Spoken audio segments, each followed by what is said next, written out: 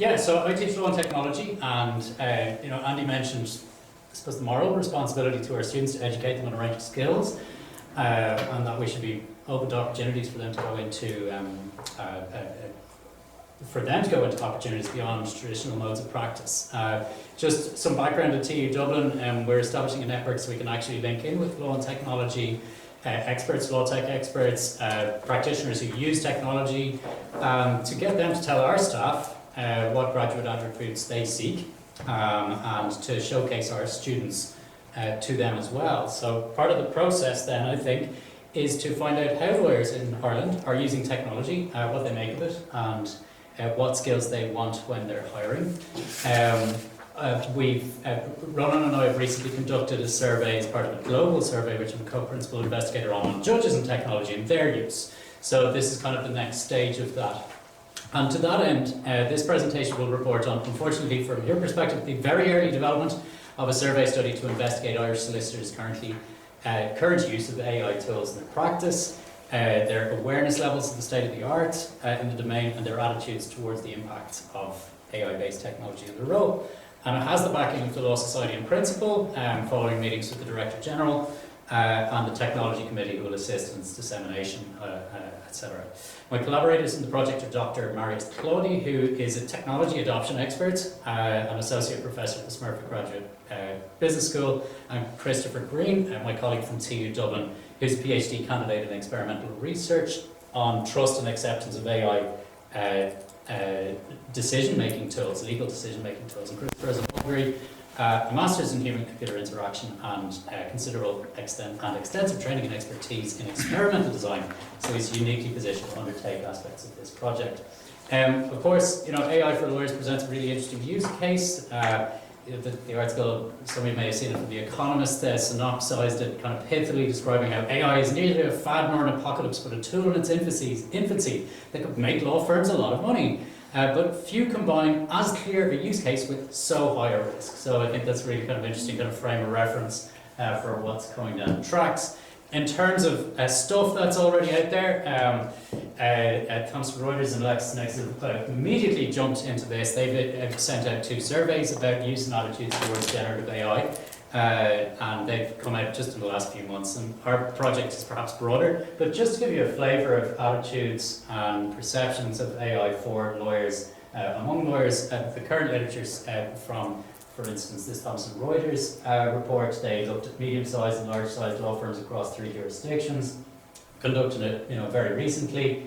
Can ChatGPT generative AI be applied to legal work? Sure. Should ChatGPT generative AI be applied to legal work? It's not so sure. But I mean, this is such a moving target, and we want to kind of build this survey as maybe that has a longitudinal quality to it, so that we can test the waters in a couple of years' time, and then again in another couple of years' time. That's something I've done in previous work for previous studies in various aspects of justice systems. So, almost a fifth had used generative AI in their work. Forgive me, I don't have the precise date of that survey, but you can take it as very recent.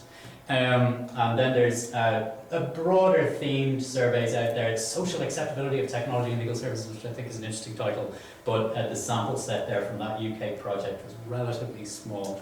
So the aims of our study, so why survey studies, or why survey solicitors in the first place, I've written elsewhere about this, but essentially, surveying practitioners is a recognised and often used methodology to analyse dispute resolution systems or the broader legal system. So litigants and individual clients are going to be tethered to their own experience. When they're evaluating a system, they're going to see it through the lens of whether they won or they lost, or they got the product that they wanted or whatnot, and lawyers aren't.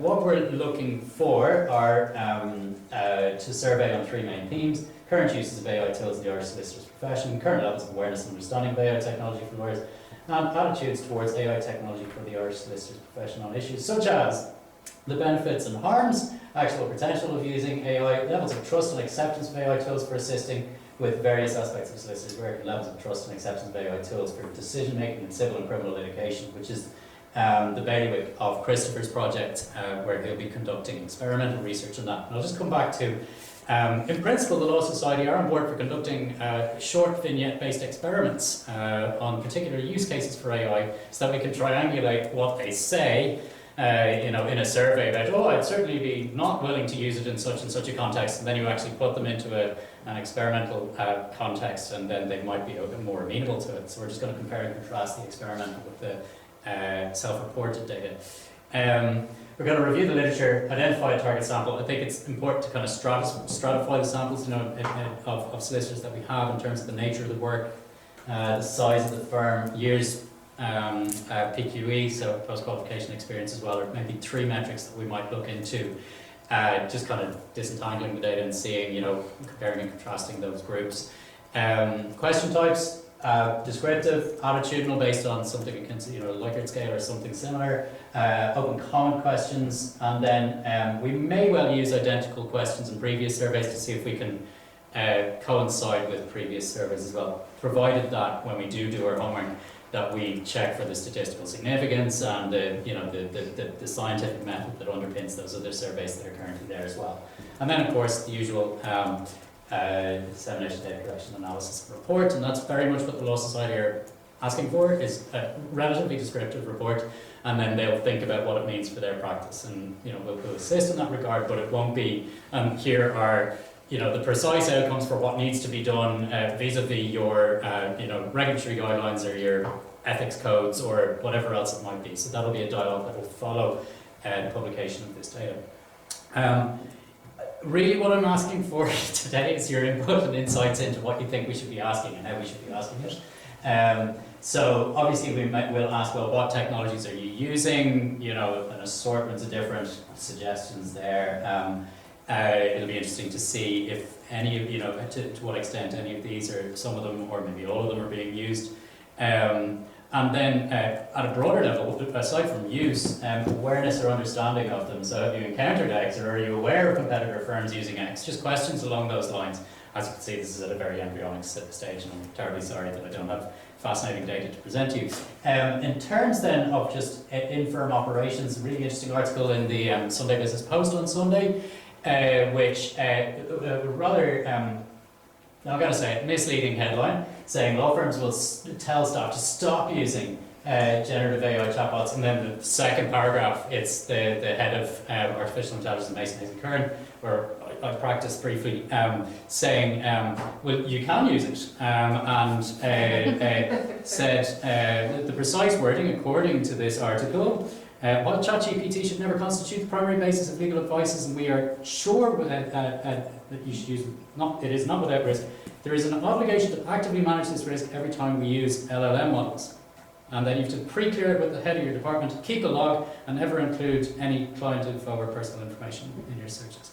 And then William Fry said to internally, AI tools are not yet fit for purpose as research tools, or in their production of legal documents, or to form the basis of legal advice.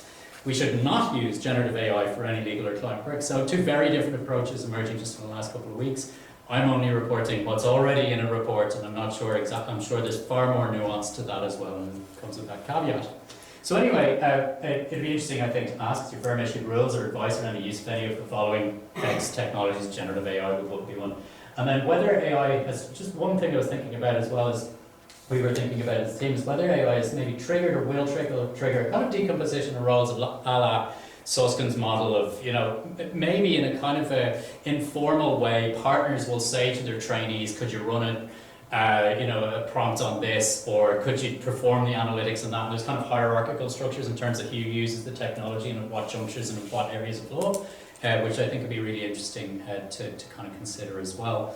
Then, how useful is such and such? How optimistic are you that AI tools will have a positive impact on your legal practice over the next 5 years? How likely are you to trust AI tools for X use cases, and how concerned are you about the following aspects of using X tool, data protection, privacy, other regulatory issues that the EU AI Act mentioned earlier, accuracy, ethical use, and maybe just business impact as well. And I suspect as well that the moment in which you conduct such a survey could be potentially affected by the news cycle. So we've heard, I think, Stephen Schwartz, the PI lawyer in New York who used ChatGPT to generate submissions for the courts, and the return from ChatGPT contained hallucinated cases.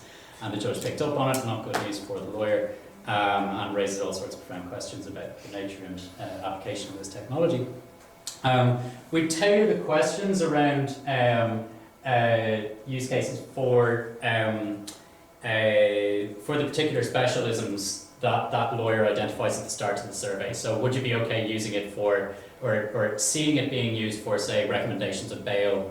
That would be directed to criminal law lawyers, and then, you know, other, how do you feel about smart contracting software would be directed towards transactional lawyers, so identified earlier on. So we kind of, just there'd be kind of different approaches taken as we move through the survey, depending on what we identify. And then, in terms of experimental research, so, you know, we also propose to include a scenario-based experiment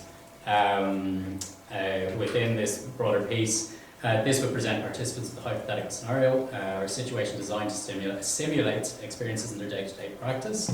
And obviously that carries with it advantages in that it provides a valuable tool for exploring behaviour, attitudes, cognitive processes in a, you know, a low-risk setting. So, for instance, you could ask, you could put solicitors into two groups, a control group and an experimental group, where you compare the following vignettes, or the two areas. So your opposite number proposes using an AI settlement negotiation tool to work towards a pre-trial settlement of personal injuries claim. The AI tool recommends X, and then the other group would just hear that the other side has recommended the same amount. So the personal injuries case itself would be the same, the amount would be the same, the variable here would be whether it's generated by an AI tool. And obviously how you describe that AI tool within the context of that vignette would be very important as well. So how likely are you to accept the settlement offer? These are really just ideas that are kind of floating around at this stage.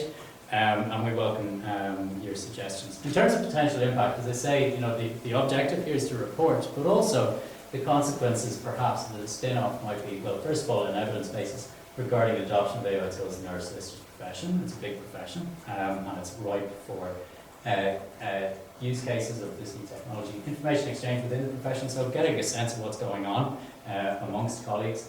It could help to inform professional practice training and CPD programs. It'll inform the law tech industry itself, where the gaps are in the market for developing technologies, and developing professional practice guidelines regarding ethical or appropriate use of AI tools. For instance, the Solicitor's Guide to Professional Conduct is very, very, very silent on the role of technology and use cases. And you mentioned, I think, the American Bar Association and their rules around that, and interesting to see the comparison. Part of a sentence in a comment. There you go. So, yeah. But I think that's 1-0 to. Correct me if I'm wrong on that. Versus the Law Society's guidance, and I'm sure, you know, my conversations with the technology committee, they're really, really interested in this work and investigating these issues. You know, they're both, you know, they're sophisticated. There's a woman on the committee who is actually pursuing a PhD in this area. There's a real appetite there, and I don't want to do a disservice to them saying that they're aloof to this if they're not concerned. They are, and they want to do a good job of it, in fairness too. And it is new technology, we need to kind of bear that in mind. Well, not new in a sense, it's just that it's been revealed to us all of a sudden since last November. And a few years before in other respects. And then, of course, contributing to the broader literature on technology adoption is kind of another spin-off to this project. So I'm really sorry, I'll come back next year and we'll have all sorts of data hopefully for you. Thank you for indulging me and my colleagues on this early stage of this project. So if you have any suggestions for questions or the methods that we deploy for this study, I'd really, really welcome that input. Thank you.